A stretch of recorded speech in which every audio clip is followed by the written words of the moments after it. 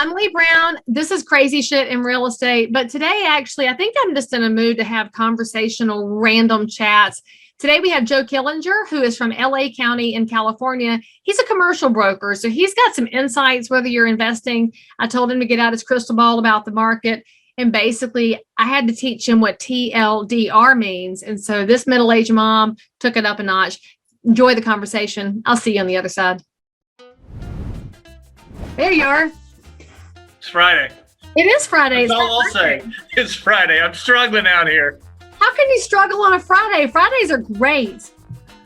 I didn't have this scheduled. I got the email from Michelle last night. I'm like, whoa, I didn't know that. Did you forget to say yes? I don't know what I did. Just I'm like, okay, let's shuffle. Let's shuffle some things around. Isn't that what entrepreneurs do? That's how we roll, right? Hey, you know what? I'm just thankful that I was just out here with some of our team members, and I was laughing so hard. So it's been a good Friday. No complaints. I'm a little bit crazy when it comes to this damn computer, but other than that, we're doing okay. Did you have your wine event already? That one that we were talking about last time? No. Not yet? No. Haven't had any event. Which wine event? It's Friday. Like, I haven't had any event. Wine event. Let's see. We did go axe throwing. I did do an axe throwing event. That was really a nice release. Oh, what? Were you good at it? Oh, I'm very good at it, actually. Are you really? Look, here's the proof. We had a company out here called LAX, which, with our being LAX with our airport, LAX was brilliant marketing. Yeah. I'm not sure they made it through the pandemic, though. Yeah, Governor Hairdo doesn't. You've Governor Hairdo. He doesn't like open businesses. Yeah, we had. You know what though? What's crazy to me is I was talking to a guy, and one of his friends had a business in Manhattan, in New York, and it was a bar, but then there's a back room where you could just go and smash things, computers, TVs. Yeah, rage room. He was making like $40,000 a month. They got one in Charlotte. It's called a rage room. I don't understand. Oh, yeah. I don't have rage. Yeah. Well, all I can think about is the insurance. This is what I know I'm turning into my dad. The insurance side of that must be crazy. Yeah. I'm like, okay. It's terrible. So, yeah. All right. So let's make an episode here. Let's tell the audience a little bit. Who is Joe Killinger? My audience may never have heard of you. Tell them why they should. Well, I've been in the business a long time. I started off in a real estate auction business in the early 90s. And when that started to dry up, I had to actually go get another career. And, I started a career that I knew wasn't going to be long lasting. So, you kind of work as fast and hard as you can, but you're also learning then. Then I moved into commercial real estate, and I've been in commercial real estate since the mid 90s, all based out of Los Angeles. I'm a partner in Commercial Brokers International. We have our brokerage. It's a full service brokerage. We've done deals in 36 states, I believe 37, do a lot of triple net sales, but we are full service here in Los Angeles. Have a great team. They're annoying me a lot. So, I think that's a good thing because I probably do the same to them. Then we also have this website over here that I put out because when I was going through this phase, this transition from auctions to real estate, I had a lot of questions, and the internet was just in its infancy stages, and so there really wasn't a good way to really learn. And I just vowed then that when I had the opportunity, I would create a place that people could go and really learn about real estate. It's really geared more towards commercial real estate because there's so much content on residential, but we just added, we're in the process now of adding more CRMs, because people ask for CRM references, books that I've asked a bunch of top producers, what are your favorite books? We put that on the website now. And then places for actually, Leigh, if you could email me a place to take classes to get your real estate license in your area. Because people call and say, hey, where do I go to get my real estate license? I want to create a place that people can go to get their real estate license. You can just click on it and go direct. Very good. So if you can email me that later, please. I will. So let's just talk about that for a second, because a lot of people, when they hear commercial real estate, they just immediately think of suits and neckties, and it's so big and it's so different, because residential real estate, of course, is all the emotion and the warm and fuzzies and the TV shows. And frankly, you don't see many TV shows about commercial, but you could, because you guys have probably more squatters than we do. But in the reality of commercial space, what's the future of the commercial space? Because in the last 2.5 years of the COVID era, I think even regular people are noticing where there's vacant storefronts. They notice the change in commerce has gone so heavily towards the internet and Amazon and away from the mom and pop shop. So what's the outside of the big monolith? Well, first of all, I won't say it's a monolith. To the consumer, commercial real estate's a monolith. Right. To the real estate pro, we know it's hospitality, retail, wholesale, warehouse, industrial. I mean, everything is a niche market. Commercial is wildly specific. But what is the future, do you think? And what are you guys forecasting, not just in LA County and Orange County, but beyond? Well, I guess let's start with industrial, because that's where I think we're going to see the biggest change. Because just this week, I had 2 conversations with people that are saying that industrial is in for a big change. In what way? Up, down, sideways? What kind of change? That they are saying that the way retail is, e-commerce is changing. Everybody's crystal ball. And let you tell us what's in here. Yeah, exactly. They're figuring out that e-commerce really needs the brick and mortar. You have to have it to survive. And the king of that, and is really proving them right, is Macy's. Macy's has been a very good path to follow. Yeah. It's really we're getting the big distribution center. Are you? The giant corporate one is relocating to China Grove, North Carolina, right here. Yeah, they're really doing it well. I mean, it's what you're seeing is, it was going the way retail is changing is they're building a lot of fulfillment centers closer to their stores. So they're going to be smaller fulfillment centers. And I talked to an investor earlier this week where he has actually just bought brands. I don't know if you know who Ty Lopez is, but he bought Radio Shack, Models. He bought Radio Shack. Yeah, well, the brand. Brand. I was like, not there's no locations. But what they're going to do is go in and completely rework it, and they're going to have all these brands in one location with fulfillment center in the back. So they can go directly from the port to the fulfillment center instead of port, warehouse, fulfillment center. And I mean, that's where a lot of people are heading right now. So where Amazon announced that they had overbuilt on their warehouses. There's a lot of building going on, so they're afraid that there's going to be some overbuilt. So the thing with commercial is you can repurpose it, right? If you can chop up the industrial. If you got 100,000 square feet, you can chop it up into 5 or 6 different warehouses, depending on how the doors and the power and all that. So warehouse, I think we're going to see some changes, but retail is staying strong. I mean, it just seems to be, obviously with what we're going through with the economy right now, you saw that Target and a couple other stores of some earnings were down, but then some other were up. That's kind of a roller coaster. We're trying to figure that one out. But higher I can point out some reasons that some of those locations do poorly. Yeah. It's the location, right? Right. I mean, it's if I'm a mom and pop coffee shop, which I'm shocked that our phone's ringing today. We do a lot of marketing with our commercial brokerage, and so our phones ring. We get a good number of leads, and but mom and pops that are wanting to open, we are seeing this negative news every day, right? But people are still, I'm ready to go into business, and they still want the prime locations, and the prime locations are tough.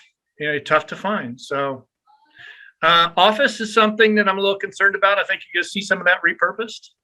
They'll take the bigger offices, chop them up, and turn them into, they'll rent some of the spaces out shorter term.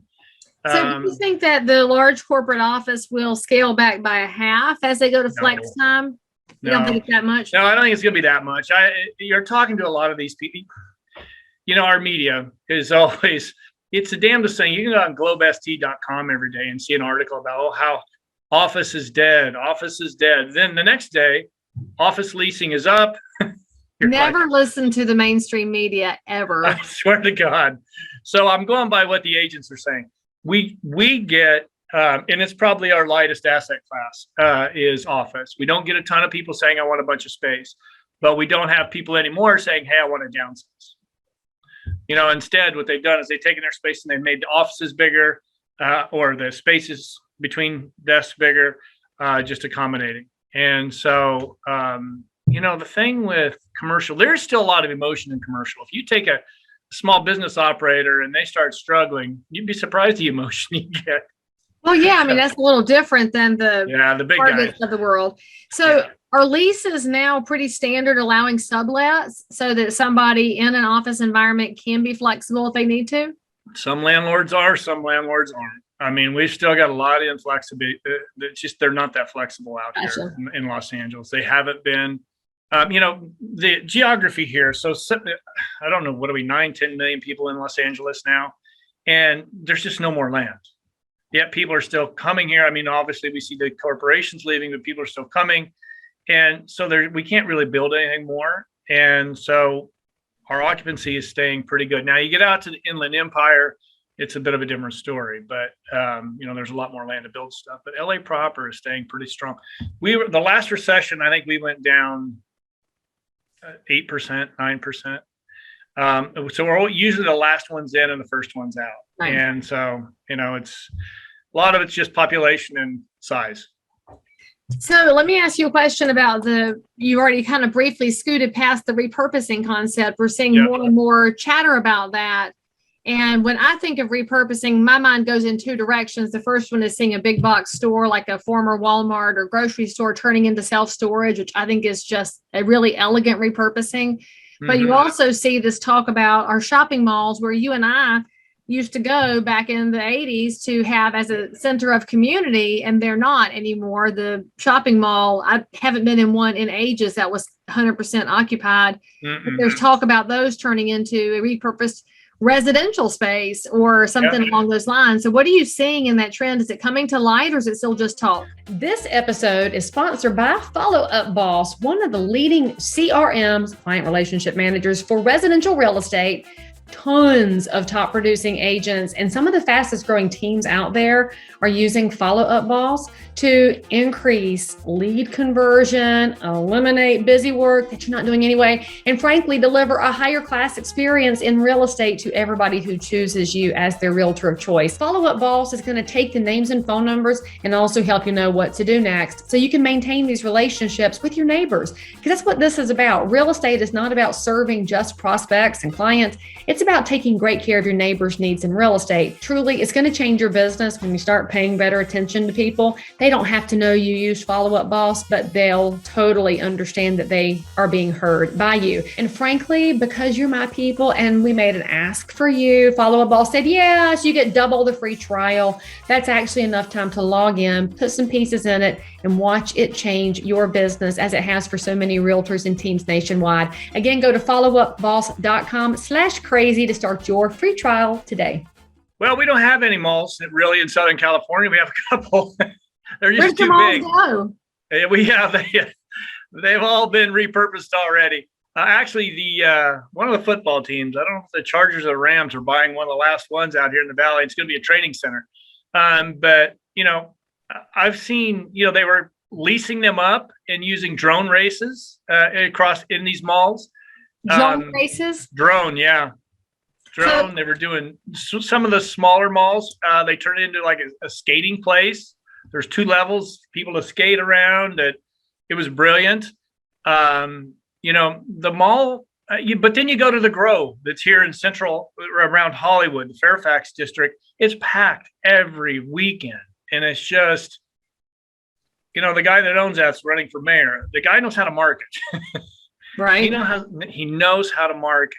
And is it an outside pedestrian access mall or is it an interior hallway mall like we grew up in? No, outdoor. See, I think that's the difference maker right there, is how much of it is individual feeling versus mall. Yeah, that mall is the numbers are incredible. In Dallas, Texas, the Highland Park Village Mall. I mean, it's every time I'm there, it's crazy, so if it's done right. Here's the thing in real estate, and I think over the last several years, right? So we came out of the last recession, the end of 2009. From 2010 to now, if you haven't made money in real estate or in the stock market, maybe going forward, you should get a better advisor. Yeah, you might want to do something, because we got to get back to the fundamentals. And it goes back to, in the dot-com bubble out here in Los Angeles, we had a lot of young people running around, and I was one at that time, running around talking about how smart they are building these websites and the way they invest. And Warren Buffett doesn't know what he's doing. And, he's too old school. He should just retire. And they're gone. And Warren Buffett is still doing his thing. He's in good shape, And then we went through the young kids doing the apps, and they were kind of the same thing. Warren Buffett needs to retire. And, Warren made a good comment the other day, because I'm 92. Eventually, I'm going to prove that they're going to be right, because I won't be here. But those are all gone. But you have to remember the fundamentals. He looks at the fundamentals, right? That goes in Wall Street. That goes in real estate. The fundamentals are the key. If you focus on those fundamentals and stick to them, it's going to help you. It's not the perfect solution, because, there's local market issues sometimes, but if you're just, it could be a problem. But that's where your local real estate advisor should be that person who ties the local market into those fundamentals. And so, for example, the county I live in, we are tapped out on water and sewer. There is no available capacity. And I had a developer call me. He wanted to do a few hundred apartment units, and he was trying to figure out how to get around that. And I said, dude, we are completely maxed out on our water and sewer capacity. You cannot put in apartments when we are maxed out. The infrastructure has to be changed first. He said, well, how do I get around it? And I'm like, are you even listening to me? Because he's coming from another marketplace where he's greasing the skids, and he's used to talking things through it. I'm like, there's no skids to grease. Now, if you've got $200 million to give to the county to help move the water and sewer project along faster, that will totally greenlight your project. And then he got really frustrated, and he called the WASAC, the Water and Sewer Authority, and he called me back. He's like, oh, you were right. I said, I live here. I work here. I do real estate. I'm not making shit up. But there's something that goes along with the numbers for your apartments and the numbers for the land and the numbers for the building and the labor. That's all one picture. But if you don't wrap into that, the infrastructure and the local elected official situation, you're never going anywhere. And I can't imagine making those kinds of investments without somebody on the ground who's completely dialed in, which is why that dude who's the mayor who owns the Grove, you want to be in good with him. He knows both sides of it. Yeah. There's one thing that you just pointed out. A lot of people probably didn't realize it. Leigh, how many agents could have that guy spoke to that didn't know that about 99.9%? It's like, that's the thing. No. We tell our agents, your value is in your knowledge. It's in the details. We're all headline readers, right? And if that, everybody's a headline reader, but you got to read the details. And, that's something that when I hear an agent having this kind of information, that's where your value is. And so I'm making myself a note that agents have to be no more TLDRs in their life. TLVR? TLDR, too long, didn't read. That's what they'll respond with. If you send a long email, TLDR. I'm like, you are making my eyes bleed, but we can't have that attitude, right? Yeah. It's something, Look, your team is in the background. They heard me say TLDR, and they heard you not know what it is. They're laughing right now. I can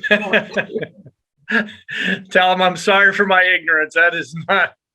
We're a smaller shop. We only have 14 agents. I can walk out here. And you ever get one of these from your dad? Where am I? Ever get one of these things from your dad? They'll thump upside the head. Yeah, that hurts right behind your ear. Yeah. There's a guy that used to sit behind us in church. He was an old guy, and if we moved, he would thump us, and you would behave. You're right about now. That was a joke, folks. Don't be writing myself or Leigh. Nobody touches our agents. We do not touch our agents. That was a joke from. I was gonna make a wildly inappropriate comment, but I'm gonna restrain myself because you got to remember, I'm from a town in Nebraska, Wallback, Nebraska. So it's a town of 218 people. So you didn't everybody knew what you did by the time you got home on a Saturday night. Well, yeah, you Who had were already with. you got thumped in the back of the head by 4 other people before you got home, and your daddy got the belt out because you embarrassed him for having get in trouble with other people. That's how it used to be. Yeah, you go home and tell your dad that you did something and you got thumped by somebody else's dad. They go, "What'd you do?" And you'd tell him, he goes, "Perfect. Glad he did it." You're like, "Shit, yeah, that backfired." All right, so let's see. We're kind of rambling in 1,000 different directions. Joe, what are you buying right now? Like, if you're doing investing, what are you looking for in the market in this space? We bought. We had multifamily in Dallas, Texas. We had a bunch of it. Yeah. And so we got offers that, we plan on redeveloping it, right? We're going to tear it down and redevelop and rebuild. But we got offers that came in that were right about those numbers, and no risk. I could just cash out and go on. So we started just buying triple net assets with Chase Banks, Jack in the Boxes, stuff like that. My business partner, George, he's our CEO actually. And that's what he specializes in. So he's doing a lot of triple net deals around the country. They're the most liquid commercial real estate investment because you can turn around and sell them pretty quickly. Absolutely. And they don't land in places where they won't work. They're very thoughtful about the locations. Yeah. Yeah. I mean, it's really a lot of the legwork is done for you, right? Because they're going to be in a prime location. I mean, some stores, smaller stores, maybe not, but then you can get a corporate guarantee or a franchisee, a large franchisee to guarantee it. And let's say we've had one that burned down. It was corporate guaranteed. So they just took that tenant or that property owner and moved them to another location that was better than the one they were in. Now, that doesn't happen very often. I'm not saying that if you invest, that will happen to you, but it can happen. And so you didn't have to go through all the insurance and all that drama. They handled it all. Yeah, the corporate took over it. Corporate took over it, moved it, rebuilt it, and then asked him if he wanted it back. And he goes, "No, I'll just stay here." And they resold it. The franchisor, the company did very, very well with it, actually. So, yeah, we got a new store in the middle of it all. I'm thinking, is that something I should write into my contracts, that if we burn to the ground, you'll move us to a better location? Yeah, that'd be okay. I don't think it'll get accepted, but just make sure that the person, the guarantee is strong. You know what we say in the Women's Council of Realtors, the task is the ask. And if you do not ask, you will not receive. Just like if you want to play the lottery, if you do not play, you will not win. I'm stealing that one. The task is the ask. Task is the ask. That's right. Jesus, I like that. Wrote that one down. I'm keeping it. Look, there's my gift to you from the Women's Council of Realtors. Tell them all thank you very much. Oh, they're all going to be all over the comments on this one because they're like, that's our line. I know. We appreciate them.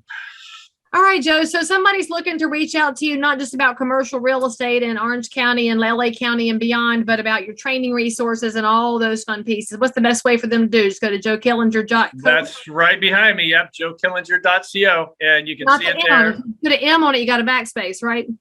No M's, just joekillinger.co. We couldn't afford the M. So you got to be consistent about what you're doing. Times are tough. joekillinger.co, or you can call me 310-943-8542. And the website, if you're wanting to get into real estate, it's more geared toward commercial, but there are books that are great to read. If you go on there, they're all recommended. I just put on Twitter this morning about CRMs for places to get your license. So I've got a bunch of tweets I got to respond to. It's amazing to me in our industry, more so now than years ago, how everybody's willing to help everybody else. And so I put that tweet out this morning, and then I had a panic mode before I got on it because I saw how many tweets I wanted to respond to. I respond back to everybody. And it's amazing. It's an amazing industry. And, I'm really fortunate that this is where my path led me. So. Well, if you decide you're willing to receive it, there are people out there that will tell you everything they've ever figured out, but you have to receive it. So that's a gift there too. Yeah. Yeah. Very thankful. All right. Well, thanks for showing up on the show on a Friday afternoon. Go take the blazer off and enjoy the rest of your California afternoon. And y'all can go visit him. All the links are in the show notes for this episode. So if you didn't figure out how to spell Killinger and you forgot to screenshot it, it's all right. I got you, friends. And make sure you click on some other links. We'll see you next time. All right. Thank you, Leigh. So if you found value in this episode, please like and subscribe to this channel, turn on the bell, and catch another amazing episode by clicking above. Crazy Shit in Real Estate is also available in all of your normal podcast apps. So if that's where you like to hang out, go find me, click subscribe, and most importantly, leave me a review that says you think I'm awesome, my guests are awesome, or this content is just exactly what you were looking for. And then, by the way, if there's something you need, you want to learn about something, you can comment below anytime. You can also send me a direct message if you need to remain anonymous. No judgment. But anyway, I'll only judge if you forget to subscribe and click. I'll see you next time.